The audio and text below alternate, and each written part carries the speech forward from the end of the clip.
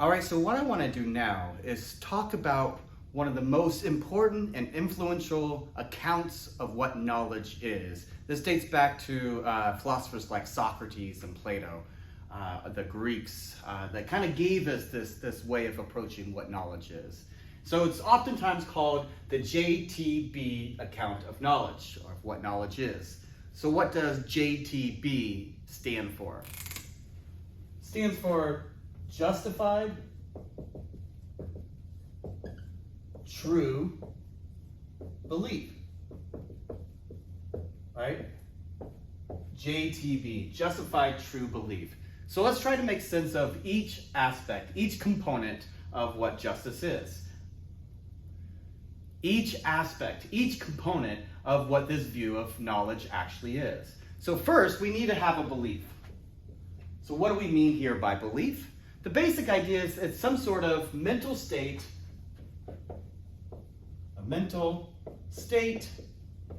or you might say psychological state of a person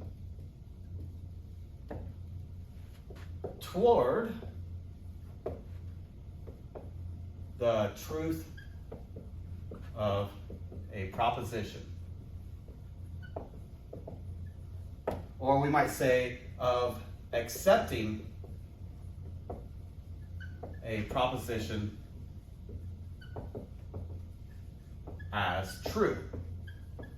Right? So if Smith believes that P, then Smith has a mental attitude toward the proposition P such that Smith accepts it as true. All right, so that's the basic idea. It's kind of a lot there, but the general idea is that when you believe that today is Friday, let's say, if I believe that today is Friday, then there's some proposition, some statement that's truth apt, that's describing the world.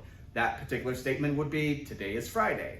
Well, if I believe that statement, that proposition, then I'm accepting that statement as true. I have a mental attitude, a psychological attitude towards that proposition, such that I think it's true, I accept it as true rather than false. So that's what we mean here by belief, the basic sort of propositional account of belief. Now, the other two ingredients for the JTB account is truth, right? If you know that P, then you have to have a belief that P, and that proposition has to really be true, right? So the proposition P must be true. And that seems to make sense because you can't really know something that's false, right? So if I believe that today is Friday, and it turns out today is Monday instead of Friday, well, then my belief would be false, and so I wouldn't really know that it's Friday. But if today really is Friday, and I believe that it's Friday, then perhaps I know that it's Friday. Now, what if I just take a good guess? What if I just, roll the dice, and it happens to roll on Friday instead of Monday? And do I really know that it's Friday in that case? Maybe my belief is true, maybe it really is Friday, but I came to that belief through a very haphazard, accidental fashion, just by mere chance or mere luck. In which case, you would say, you don't really know that it's Friday, you just have a true belief. You just got lucky. So that's why we need justification. So let me say a little bit more about that point. This point about justification is really important. So Plato argued that it's not enough for knowledge to just have true belief, or just have mere belief that happens to be true. And that's because beliefs are unstable, right? They come and they go. We're easily persuaded, maybe we forget things, maybe our memory is in error. There's all sorts of different psychological things that can happen such that the belief comes or goes. It's not going to be stable. Belief is unstable. But knowledge is not. Knowledge, we think, is supposed to be stable. It doesn't flee away. It doesn't change. Even if your memory is faltering in some sense, if you know something, you should be able to remember that thing. right? So knowledge is the sort of thing that needs to be tied down, according to Plato.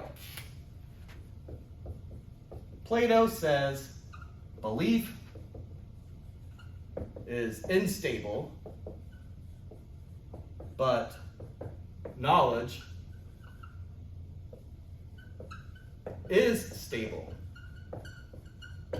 So we need a way to tie down our belief. Right? How do we do that? How do I tie down a belief? Plato says that we need to tie our beliefs down by giving an account.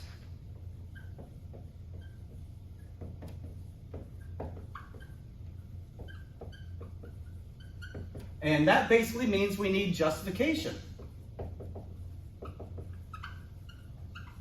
Right? So providing justification for our beliefs is giving some sort of a reason or an account for the belief.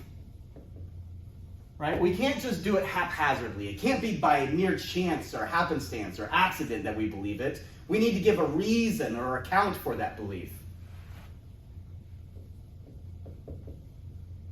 Right? Now, the word that Plato uses here, I think is a really, really cool word. And I think it helps spell out some of these points. The word is logos. This word has a rich history in the Greek. It means word, to speak, to talk, to plan, to, in a sense, to bring order out of chaos. This word was used in the Greek quite often to illustrate this point. In fact, Aristotle, when Aristotle gives a definition of what it means to be a human, he says a human is a rational animal, right? So it's an animal that has the ability to reason, the ability to think, the ability to communicate. It's rational. So we're using reason and logic. We're using arguments. I know my handwriting is terrible, but the basic idea is this word logos refers to this ability to talk, this ability to give reasons and rationality and use reasons and arguments and use logic in order to communicate, to plan, to bring order out of chaos and so forth. And so for Aristotle, a human is an animal with logos. A human is an animal with the ability to reason and to think and to bring order out of chaos and so forth. Another interesting place where this word logos is used is actually in the Gospel of John in the New Testament of the Christian Bible. The very first few lines of that particular gospel say something like this. In the beginning was the Word, and the Word was with God, and the Word was God, and the Word became flesh and made his dwelling amongst us. Now the word that's used for the word word is logos. And so what it really says is, in the beginning was logos. Logos was with God, logos was God. And logos became flesh and made its dwelling with us. So if we understand logos as the ability to speak, the ability to reason, the ability to plan, to bring order out of chaos, to use logic and to provide arguments, provide an account for things, then really what the gospel writer is saying at that point is, in the beginning was the ability to speak, the ability to communicate, the ability to reason, to use logic and rationality to give an account for something. That logos was with God. It was God. It became flesh amongst us, right? It's a very cool little passage, especially when you understand what the word logos means here. So now back to Plato. Good old Plato. Plato says belief, mere belief, without any kind of an account, is unstable. Right? Mere belief is going to fly away. It's going to, be forgotten, or it might slip into some past recess of your mind.